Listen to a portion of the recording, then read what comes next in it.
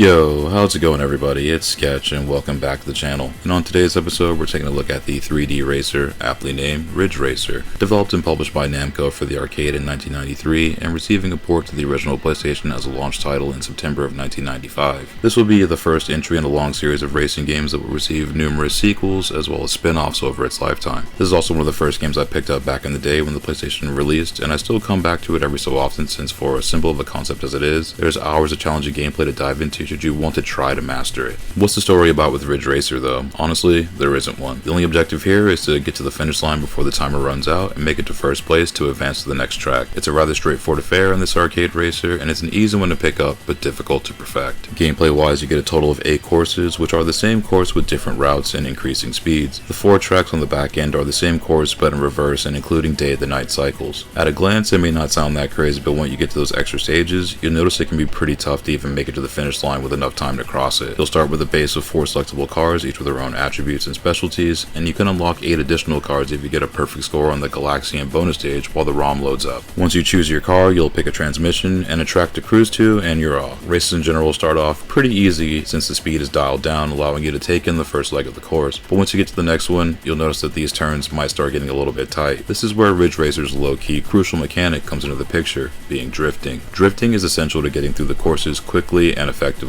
and after figuring out the drift mechanic and getting comfortable with it, the fun dials up significantly here. Hitting turns at over 100 miles an hour and then hitting the perfect S-drift honestly feels great here, and once you get that down, the only challenge left is climbing to that first place spot, and the computer's not going to make that easy for you. The AI racers here are also pretty cunning and will try to box you in on straightaways and turns, and the time trials will pit you against the fastest vehicle that often finds a way to shoot in front of you. Once you complete the extra courses with first place standings, you'll meet your newest rival, the Devil Car, which is a whip that has perfect stats essentially, but if you can beat it, this car is unlocked for you along with the game's mirror mode, which arranges the tracks for a third time. These races will definitely keep you on your toes, especially up until the point where you figure out which car strikes your fancy, as well as getting a good grasp of the drift mechanic. Once it all clicks into place, you'll be burning up the course, pulling some sick maneuvers, and it gets to be a lot of fun, but not without its challenges. Graphics wise, Ridge Racer runs on the Namco System 22 arcade board, which Air Combat, Cyber Commando, and Time Crisis would also be programmed on, including Ridge Racer's predecessor, Sim Drive, which released back in 1992. This board specialized in texture mapping, garage shading, transparency effects, and depth queuing for its arcade titles and home ports. In short, aside from all the technical jargon, Ridge Racer is still a pretty decent looking game even now, and traveling through the game's mountainside terrain looks awesome, especially when you're blazing through it in top gear. You can switch between first and third person perspectives, much like Cyber Sled, and in this instance, it's pulled off significantly better. In either visual mode, speed and intensity stays relatively solid throughout each race. Third person might be a little bit easier to manage, but both viewpoints feel pretty good to be fair. As mentioned earlier, there's technically only one track in the game, but luckily it has several different routes that unlock, as well as day and night cycles that change during each race. Graphics actually still hold up pretty well with some slick animation, car designs, and lighting effects. The environment itself is pretty vibrant in its daytime phase, which then shifts into a gold hour sunset, all with solid detail. The night driving was the toughest part to manage since there's a spot where this mainly happens is on the side of the mountain while making several S-turns. Later versions would add functioning headlights for these sections, but you're ghost riding it in this entry.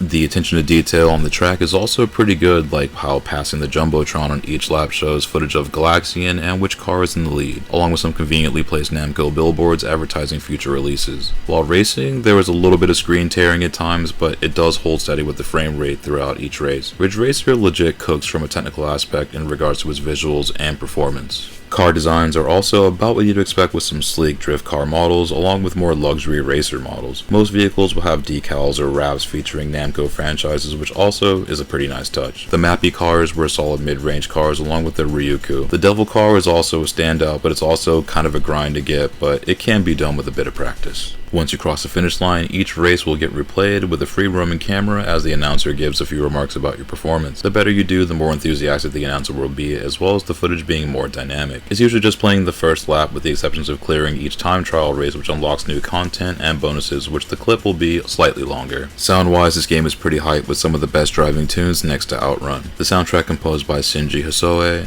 Ayako Saso, and Nobuyushi Sano is high energy from the jump. The music in this game is incredibly catchy, as well well as driving, no pun intended. Initially, Ridge Racer was set to have no music at all, but then later decided to add a soundtrack based around techno and dance music to complement the game's speed and action. A few of these tunes would appear remixed in later entries as well as in retail music compilations. Sound effects are also pretty good here, and the sounds of engines have their own feel, and the announcer keeps it hype with high energy commentary, and the burning rubber sliding across the pavement all has some oomph to it. Collision sounds are also rather decent, even though vehicles don't crash out or get totaled. Audio department here as a whole is pretty good, all things considered. Ridge Racer is a very fun arcade racer and is easy to pick up while having some nuances that will take a moment to master. It's a good one to run through if you want something on the more chill end to play while still having a good amount of excitement with its breakneck pacing. While it doesn't have quite as many tracks as later entries would, as its debut, it certainly made quite the splash when it released, as well as playing it all these years later. Ridge Racer gets an 8.5 out of 10 and comes recommended to racing game fans as well as arcade game fans in general, since this is a solid arcade racer. It's simple pick up and play action that's got enough challenge to keep you engaged and wanting to come back to it every so often. It's also a very cheap PS1 game more often than not, so if this is one you don't have already, definitely snap it up if you're into arcade racers. This one amongst the bevy of racing titles on the PS1 is a solid entry that sits towards the top. And I thank you again for checking out this video. If you find these videos helpful, that's awesome. I'm glad you can use it as a resource. Check back often, we'll have more reviews and commentaries coming up in the near future. But until then, take it easy, stay safe out there, and I'll see you on the next one.